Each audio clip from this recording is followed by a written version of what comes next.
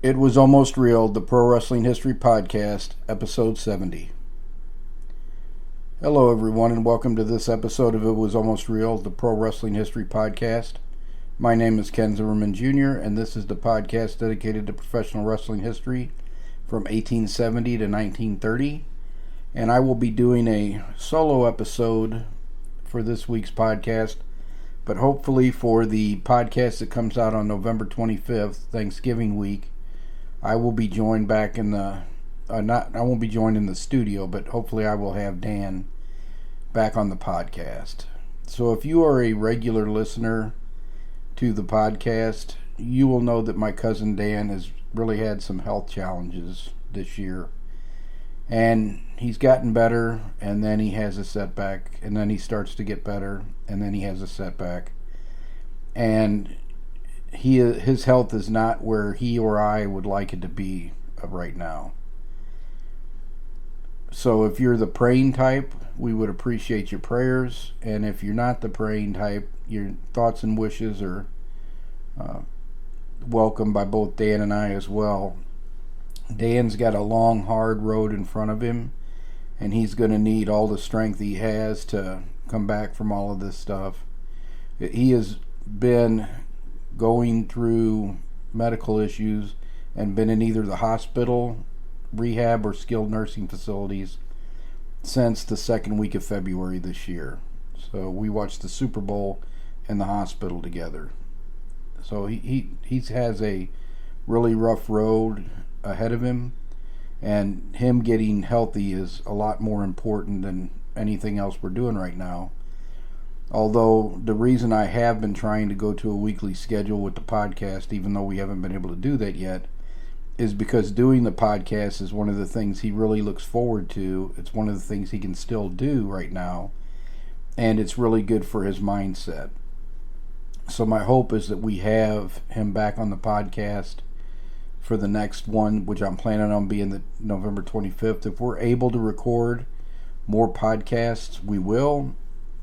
But we will put out one more this month for sure, and then 3 in December. And like I said, we'll put out more if we're able to.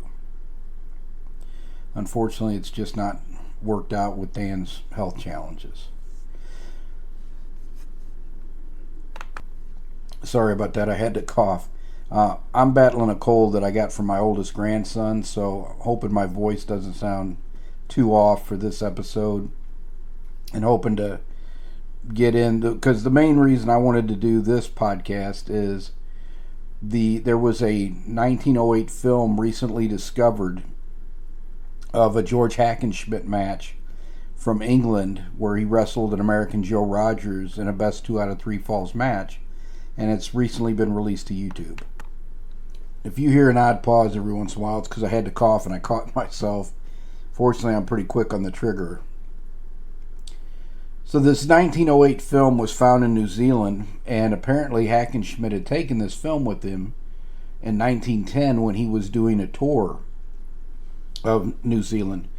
Now, he wasn't doing any serious wrestling in 1910 because he didn't do much serious wrestling between the 1908 match with Frank Gotch and the 1911 match with Frank Gotch. And speaking of film footage, that 1911 match with Frank Gotch was filmed. As a matter of fact, most of the pictures you see online of that match are stills from that lost film, which hopefully they'll be able to find that one day as well.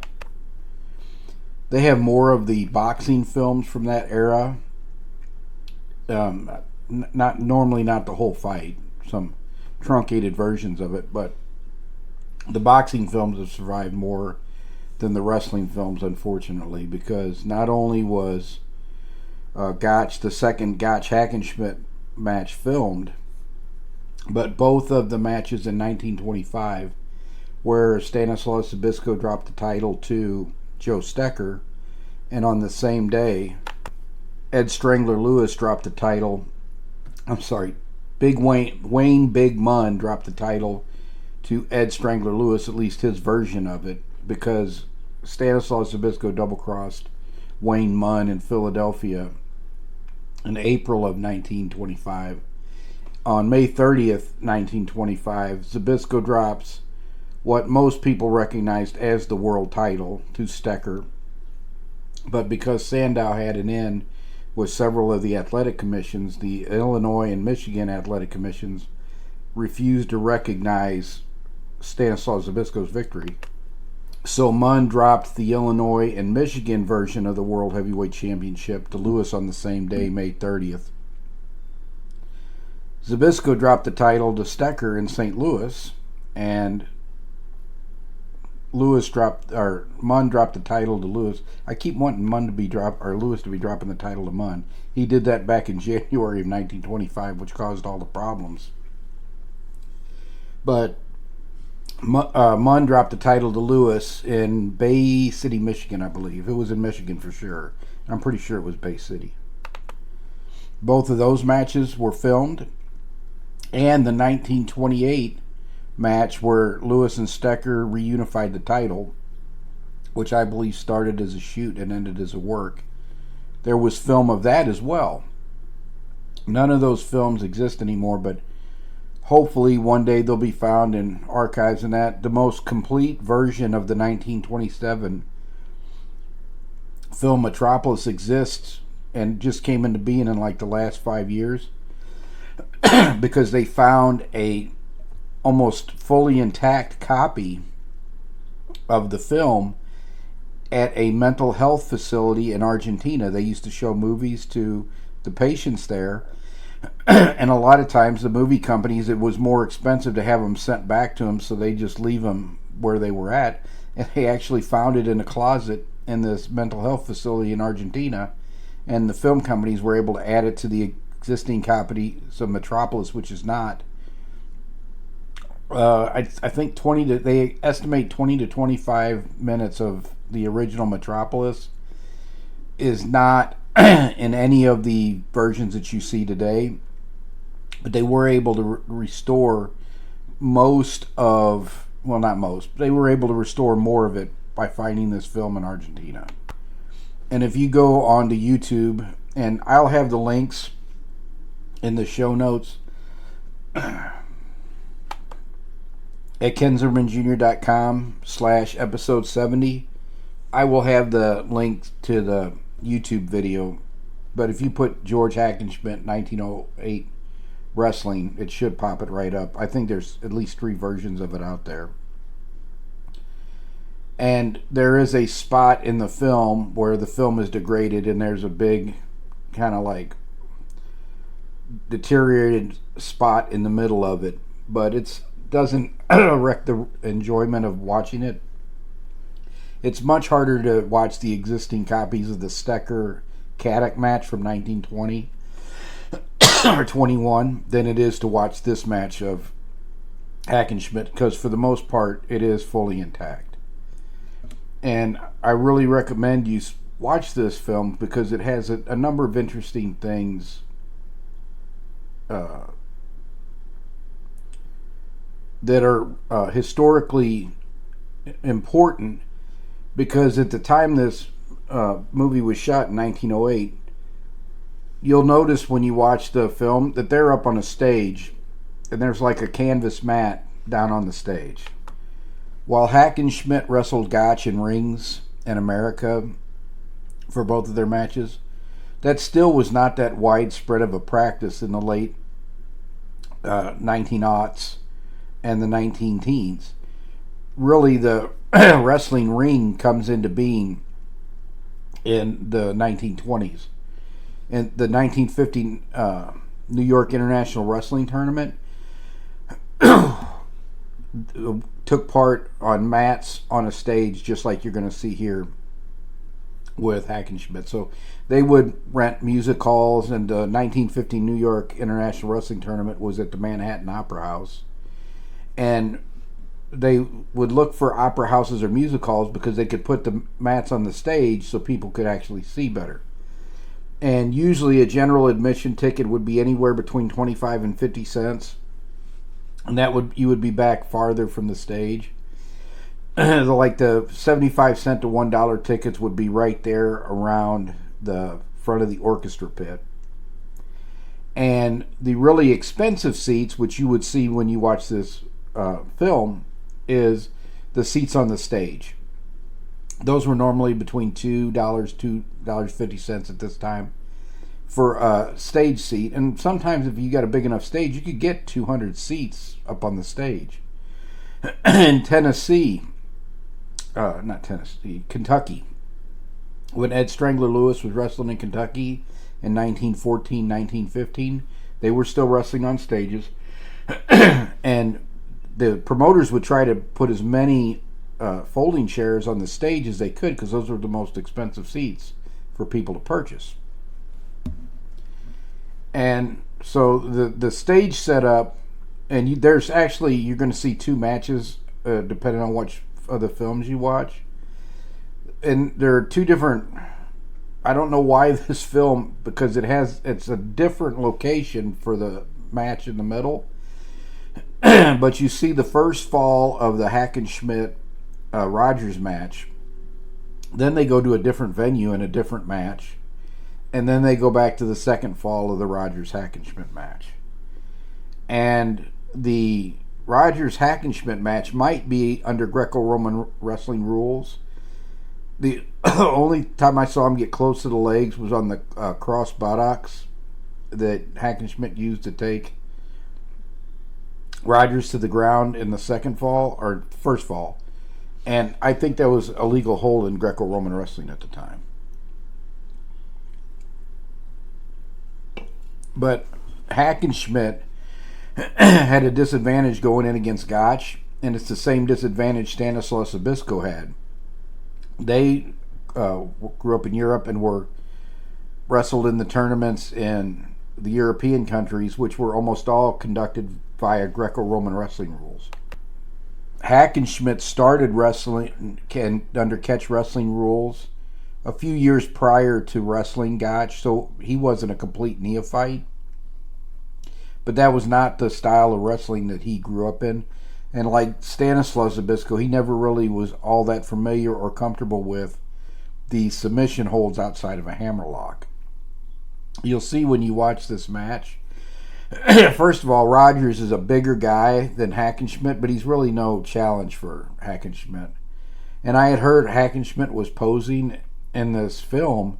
Well, the film starts out, they got this big guy posing, and I'm like, that is not George Hackenschmidt. Well, it turns out it's Joe Rogers. I have never heard of Joe Rogers before. I knew of George Rogers, and he was a wrestler around this time, which that does not look like George Rogers to me. Could be a relation. Rogers is not an uncommon name. Could have nothing to do with George Rogers. But he is not someone that's well known. So my guess is he was a touring wrestler, and this was as much for the fans to get to see Hackenschmidt exhibit his skills. I don't think this was a big title match for Hackenschmidt along the lines of when he wrestled Ali Madrali or Tom Jenkins in 1905. And you'll see as the match goes along, the guy is really no match for Hackenschmidt. I think he got behind him one time. The rest of the time it was always Hackenschmidt on the offense. And they spent a lot of time on the mat with Hackenschmidt trying to turn Rogers. And this was common back in the day. It's one of the reasons that wrestling really was not as popular a spectator sport unless you had a star like a Frank Gotch that people were really into. It was only when Toots Mott kind of opened wrestling up in the 1920s that you see a lot more of the entertainment come in, and they start drawing much, much bigger crowds. Now, keep in mind, Gotch versus Hackenschmidt 2 was in Comiskey Park and drew 30,000, I think 34,000 fans. They would not get anywhere near that crowd size number again, even in the 20s with Lewis, until Jim Londas in the 1930s. He sold out a couple baseball parks, including Comiskey in Chicago against Lewis, where they drew 30,000 fans. But Most of the time, crowds were in the hundreds or low thousands. They were not these huge crowds that Hackenschmidt and Gotch drew. Hackenschmidt is able to win both of these matches by turning him to his back, and he used a version of the hammerlock both times to get him turned over. I think the second time was a hammerlock half Nelson combination. And then the film of that match after the second fall ends with Hackenschmidt posing. And Hackenschmidt has an amazing physique, particularly when you take into account there were no steroids. Nutrition was in its infancy, and even their methods of training were pretty rudimentary. Actually, Hackenschmidt, besides creating exercises that people know about, like the hack squat, which is a squat where you pull the bar from the floor behind you, he also kind of pioneered some of the new ways of training. So split routines, which are just in bodybuilding today, everybody's on split routines. Back in that time, it was more common for people to train their whole body 3 times a week. Hackenschmidt is the one that said you should divide your body into 2 or 3 separate body groups and train them over 4 to 6 days. So he was using variations of split training long before that became a popular thing in bodybuilding. Even in the 50s in the U.S., a lot of the bodybuilders were still training Monday, Wednesday, Friday and doing whole body workout routines. So Hackenschmidt was not only a great wrestler and for 8 years the undisputed heavyweight wrestling champion, he was also a pioneer in bodybuilding and physical culture, which is what it was called at that time. Although I will say, and I'll put a link for this in the show notes as well, one of my favorite books of all time is How to Live in Health and Strength. And I read it probably about once a year still. And the first probably half to a third of this book is his training philosophy. And the only thing I will say, they had odd ideas about nutrition back then. So you read his thoughts on nutrition, and most all of that has been debunked in the modern age, but it's what they were doing back then. But the training that he did and that he did with Dr. Von Krajewski, that is still applicable to today, the split training and all of that. And the other thing I will say is that the last half to 2/3 of the book is the story of his life, which I found very interesting the first time I read it, and it's one of the main reasons I go back and read it every year. I just love reading the story of his career, and it covers his weightlifting career where, besides being the world champion, he held several world records in lifting at the time as well.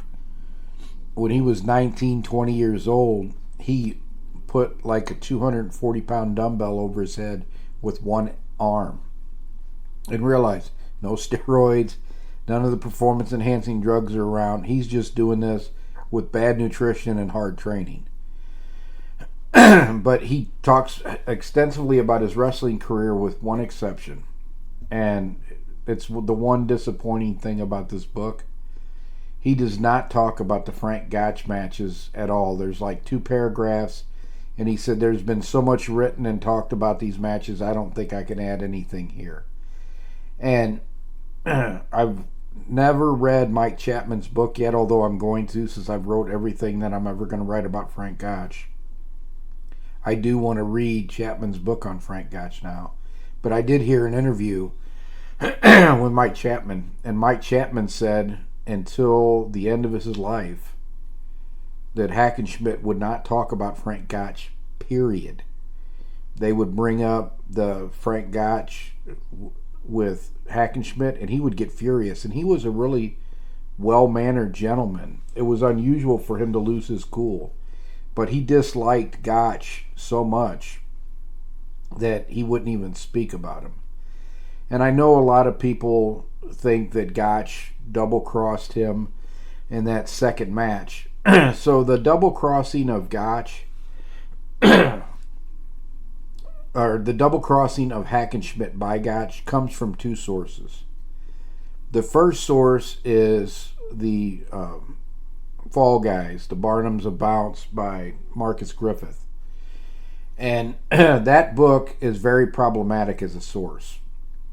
Number one, Marcus Griffith wrote that book as revenge for being fired from the Buffalo Wrestling office in the 1930s.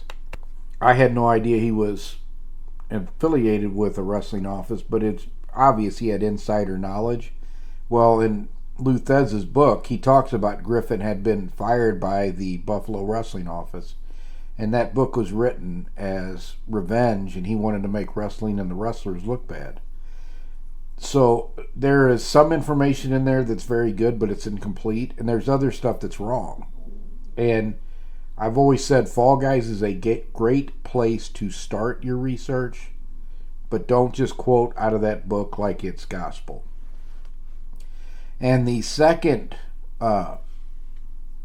thing that came about Gotch double-crossing Hackenschmidt was a story Luthez told that was told to him by Ad Santel, whose real name was Adolf Ernst, and who had trained with Hackenschmidt. Hackenschmidt was sort of a mentor, and had come to the United States in 1911 to help Hackenschmidt train for the rematch with Gotch.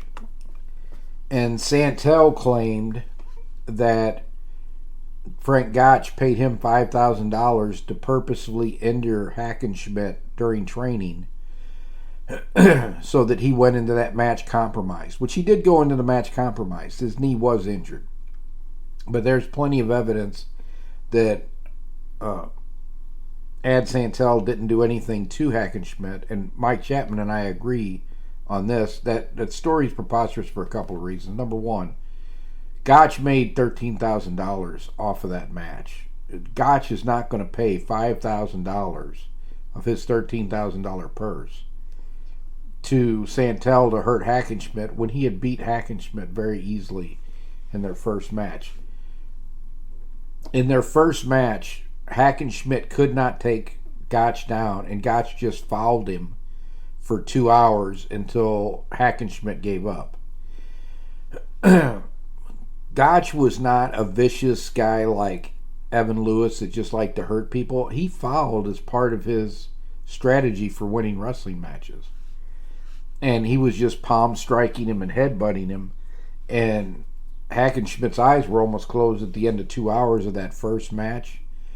And he withdrew from the match. So that was a 2 out of 3 falls match. They only had one fall because he withdrew from the match during the first fall. So the first fall, second fall, and match were awarded to Gotch based on Hackenschmidt's withdrawal in the first fight. Or first match, sorry. Going into that match, Hackenschmidt's knee was already compromised. And that's why he did not... Well, that's why he refused to come back to the United States and wrestle Gotch again for 3 years. From the time of that first match, Emil Klank, Gotch's manager, was trying to get Hackenschmidt to come back to the United States and wrestle Gotch again because they saw it as Gotch's biggest payday. And Hackenschmidt refused because he was not in condition, really. And he started training people in Europe, and he started giving exhibitions. Well, in the process of giving exhibitions and training people, he started thinking, well, maybe I've got one more match in me. And the money they were offering him to wrestle Gotch was insane. Gotch got $13,000, which I think eventually became $21,000. It was. He got $21,000 at the end of it. And they offered Hackenschmidt $43,000.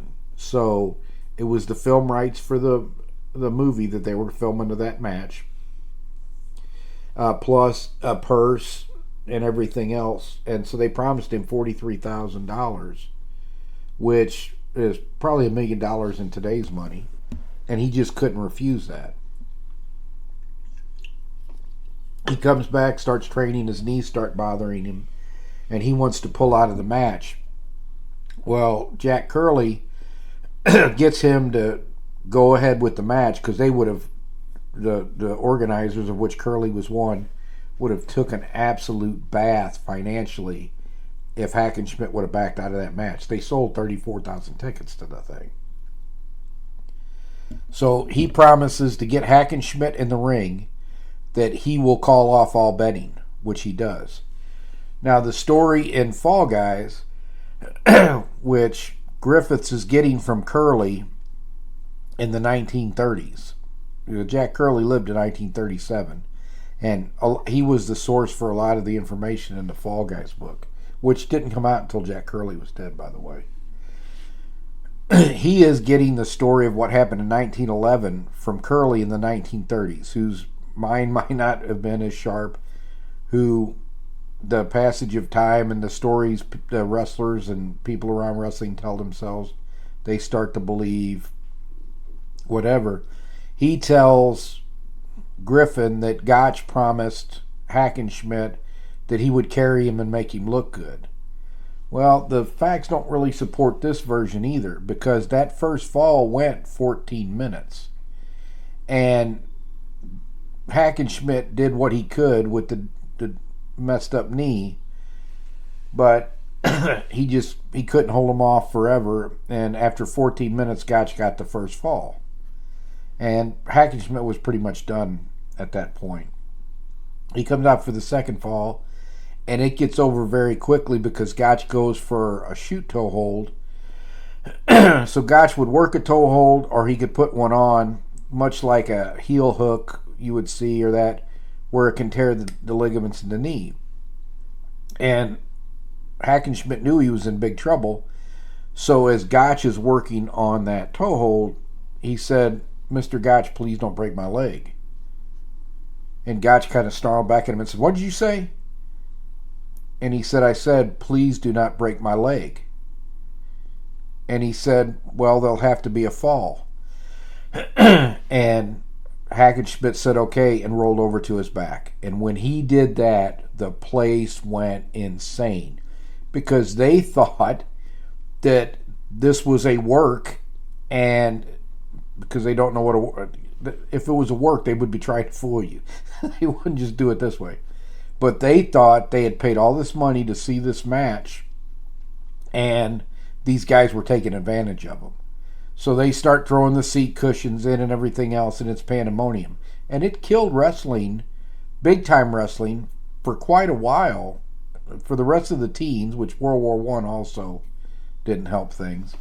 And then the early 20s, it took a while for fans to start coming back, because they thought, particularly in Chicago, they thought they had been hoodwinked by this match. But in actuality, Hackenschmidt rolled over to his back to keep Gotch from breaking his leg. Breaking his leg, probably tearing the ligaments in his knee. So that match, I believe, was a contest where in the first fall, and I'm not the only one that believes this, but there are a lot of wrestling historians that do not agree with this version, that they believe it was a work, and, well, it was supposed to be a work, but Gotch double-crossed him by eating him up, and Hackenschmidt was in no position to defend himself, which portions of that are true. But I don't believe there was any agreement, and I don't believe Hackenschmidt would have gone into those agreements, because one of the things he was ticked off about during his first tour of America in 1905, he went back and complained to all the newspapers that the Americans frequently worked their matches, and he was given all kinds of foul propositions to work matches, which he refused to do. And the match that he had with Tom Jenkins definitely was a contest, and Tom Jenkins and George Hackenschmidt are the only two wrestlers I would ever say with confidence I've never found them working a match. Now, the goal is to fool you. That doesn't mean they never worked a match, but I've never seen anything that I thought was a work, including this match Gotch had with Rogers. But almost everybody else that I have studied between 1870, I can find where I'm like, yeah, I think they're working this one. Yeah, I think they're working this one. Including Gotch. Gotch worked a number of matches, particularly later in his title reign, when he was wrestling guys that he worked out with Farmer Burns. Most of those matches were all works. The only contest I think he had in 1912 was with Gus Schoenlein, who was one of the training partners of George Hackenschmidt in his 1911 training camp. And Gotch purposely hurt Schoenlein's leg, and I think it was in revenge for Schoenlein working out with Hackenschmidt and helping Hackenschmidt to prepare for Gotch. Other than that, most of the matches in his later reign are him working until he wrestled George Lurich. I think Lurich and him was a contest, but that's not a contest that was going to trouble Gotch. So I kind of went around my elbow to get to my wrist, as Jim Cornette would have said, just to kind of explain what Hackenschmidt was as a wrestler, as a world champion, as a weightlifter. He was really without peer, and Theodore Roosevelt had often said if he could be anybody else, he would have been George Hackenschmidt. That's how much respect Hackenschmidt had around the world, not only as a wrestler and a sportsman, but as a bodybuilder and a physical culturist, which Roosevelt was as well. I'm going to try to do a review, and then I think we're going to cut this episode off, because this month I wanted to watch the Starrcade from 1987 and the Survivor Series from 1987, because that was the first year that Vince started trying to sabotage Crockett Promotions events by counter-programming an event on the same night, which JCP would also do. Wrestling might have been different in the 80s if JCP hadn't have expanded and had tried to build a actual business office to handle the expansion that they did do, because if they wouldn't have been so deep in debt, they could have held out long enough for Turner to put an end to Vince blackmailing the cable systems over WrestleMania, which is what happened, but it just happened too late. And you might have still had two viable companies. But when TBS bought JCP, that was pretty much the death knell, even though it took 12 years to kill it. And some people have said it was killed 3 times before it was killed permanently. It never got back to the quality of wrestling, even when they fell into that NWO thing in 96 and were kicking Vince's butt for almost 2 years. They still never had the quality of wrestling that they had under JCP. WWF got a little closer to it in the 90s with Brett and Shawn, but across the board they were not on the level of JCP in the 80s, and WCW never got back to what JCP had in the mid-80s. It was the best wrestling program in the country. In 1987, when you had Starrcade and you had Survivor Series, the only other really top promotion that was still around was World Class, and they were dying. I mean, Kerry had been hurt and been out like a year and a half, but they just didn't have any talent. Vince won the war just by buying up all the talent. Nobody else had it, and they couldn't compete with him. Which, if you look at World Class in 87, you see that in droves, or AWA anytime around that time too. They just didn't have the talent. Vince had got all the big names, and the only big names that Vince didn't have were the people that were in JCP, because JCP offered a viable alternative to WWE. With that said, this Starrcade was not the greatest Starrcade. 83 is always going to be hard to top, and 85 and 86 were pretty good. You're starting to see Dusty's booking is, of course all the booking was formulaic back then, but Dusty's booking is really getting formulaic and probably a little stale. That's why Bill Watts only allowed bookers to be bookers for a year. But I will say that one of the things that doomed WCW when they bought JCP is one of the first things they did is they got mad at Dusty because he wasn't following what they wanted him to do. And he went to work for Vince. And their creative went in the toilet. Outside of the short time that they had the booking committee headed by Flair with Cornette and Kevin Sullivan helping and Jim Ross, WCW booking in the early 90s was abysmal. The only real talent, they had some talent, but the Steiners were really what kept that promotion afloat for quite a while. And in '87, you've got the Jim Crockett Promotions has just bought UWF, which Mid-South had been one of the big territorial promotions, but it had really fallen on hard times in '85 and '86. And some people have said that Bill Watts was burnt out, and Vince's talent raids have definitely hurt Mid-South. But JCP bought UWF, but then did absolutely nothing with it. And the first match was between one of JCP's best wrestlers, Barry Windham, and UWF's probably best wrestler, Steve Dr. Death Williams. And they had a really weird 7 or 8 minute match, which part of that was Doc tries to do a leapfrog. This has all been booked this way. And runs groin first into Barry coming underneath him. And of course he's been hit below the belt. So he's laying on the mat and, selling that he got hit low. And Barry's just sort of standing there and kind of, you okay? You okay? Giving him time to recover. Big baby face move. And the fans are screaming for Barry Windham to jump on him and pin him. They're yelling for one baby face to just jump on the other baby face.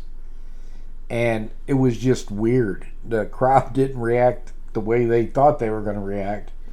And it definitely made a weird or odd match even weirder. I'm going to have to speed this up because I'm really starting to have to stop every 5 seconds for coffee. The best tag teams in the world wrestled a scaffold match, which those things are terrible. Oh, I skipped the very first match. The very first match was a 6-man tag, which was Sting and the Fabulous Freebirds of Jimmy Garvin and Michael Hayes versus Eddie Gilbert, Larry Zbyszko, and Rick Steiner. And this highlighted two of the guys that would really carry WCW into the next 10 years, Sting and Rick Steiner. And it was an okay match, and it was a good match to kind of start the pay-per-view to highlight Steiner and Sting before they went into that weird match with Windham and Doc.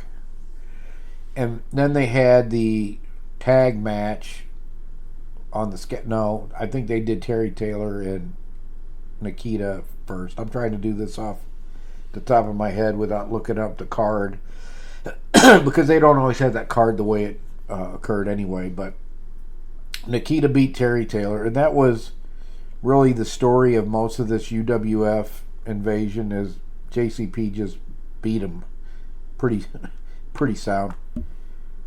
And Taylor and Nikita work an okay match.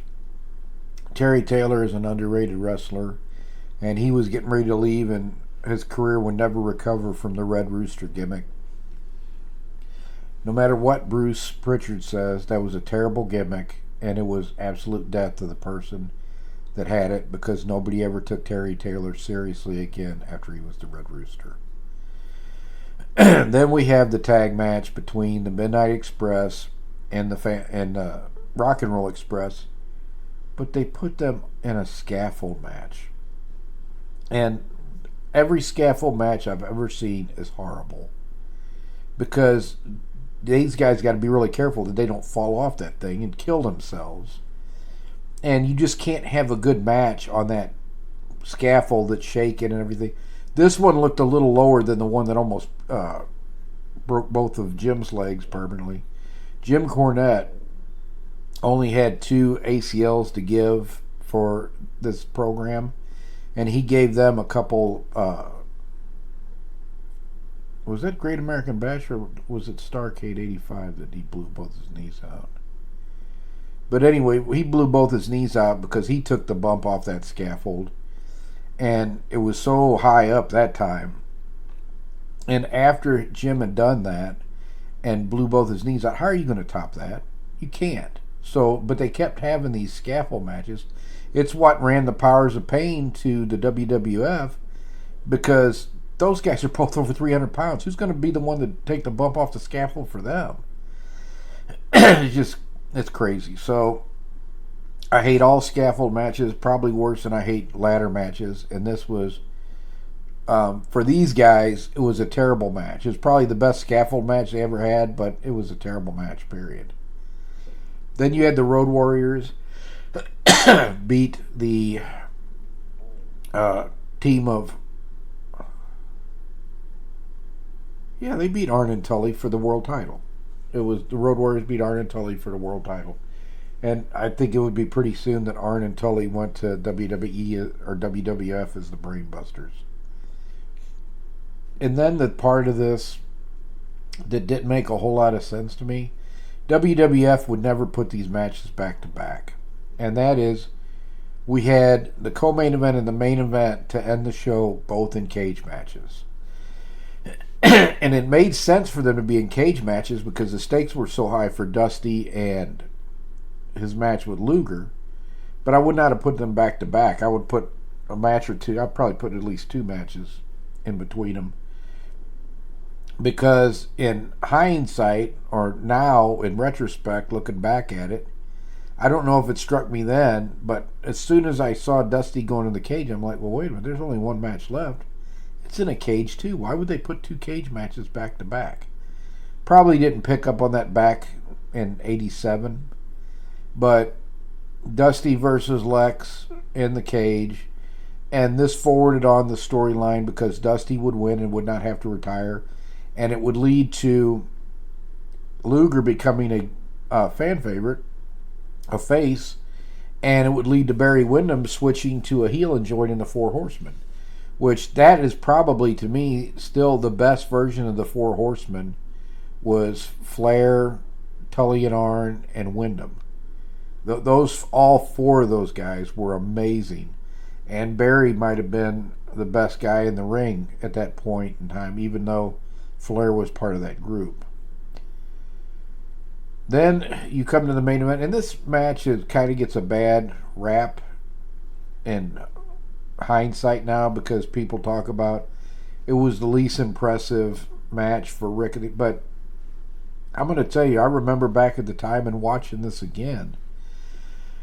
The one thing I will say about this match is I saw better Garvin-Flair matches during their run, but Garvin and Flair were both amazing wrestlers, and they always put on amazing matches.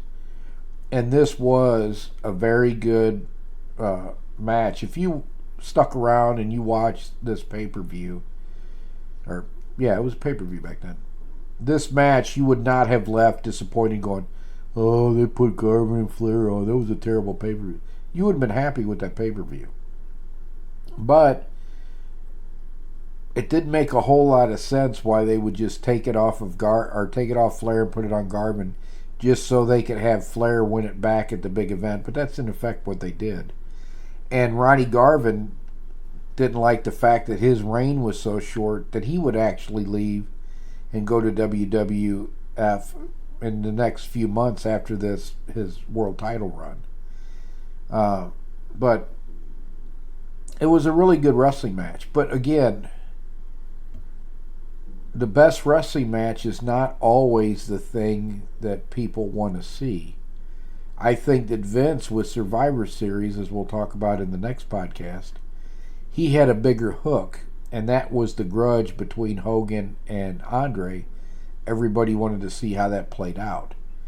There was much better wrestling on the Starrcade show, and I would say that the storytelling with Dusty and Lex, and even that horrible scaffold match ended with Big Bubba Rogers going up there and basically chasing off the Rock and Roll Express. That also helped forward a storyline. It was just that Vince knew how to promote the epic confrontations even when the wrestling wasn't very good. So it's not always the best wrestling that attracts the fans. You've got to have good matches. People aren't going to come watch embarrassing stuff or all these botches you see all the time. It has to be competent wrestling. But putting on the greatest match in the world, I remember watching the Dynamite Kid matches, and I loved the Dynamite Kid matches, and he was an amazing athlete in the ring. But he never sold as many tickets as Hulk Hogan did. He never sold as many tickets as Ric Flair. He never sold as many tickets as his brother-in-law Bret Hart, who was close to the wrestler Dynamite was, but I don't think he was as good as Dynamite. But Bret was amazing in his own way. So it's not always the greatest wrestling match that draws fans to your product. You have to have competent wrestling with a good storyline. The Bloodline do not put the best matches on the card on, but boy, everybody's going to go watch them. So, well, thankfully I got through that. I'm hoping by the next podcast I kind of got my voice back a little bit and I'm not coughing my brains out. So, Solomon, I love you, but you got Pawpaw sick again. And until next time, everybody, take care. Wishing you and your family the best as the holidays quickly come upon us. Take care, everybody. Bye-bye.